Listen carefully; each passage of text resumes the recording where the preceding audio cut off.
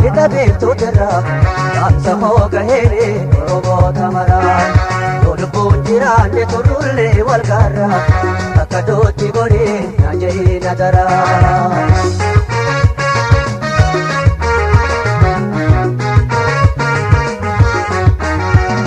Harrayyuu jalqabii shama waliin gahii bara walaas gorii kamiseen kullay mormor gamaa cahee wahi waan baraate bifdambi dolloo gidaamiif najooti namuudhaan fedhee oduu isaanii dhabeeka agaraa kiraafee.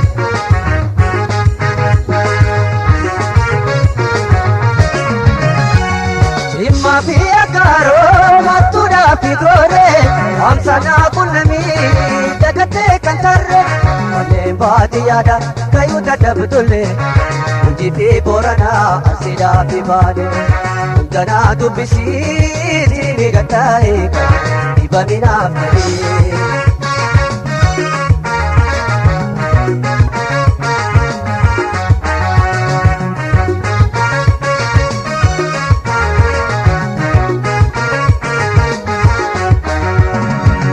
Baay'ee qabaa kita beektu jirra dhaamsa hoogaheere Oromoota maraa dhiyootti injifannoon wal qunnamuuf jirra ja'inaatti himee hawwiif yaada garaa.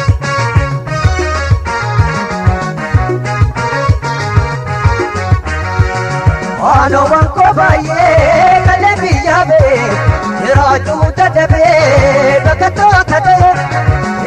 Am jabuti Sudani rakatu addunyaa cufannaa fi kadirmatu beekatu dhabame akka beena beeka lafa beene kufee.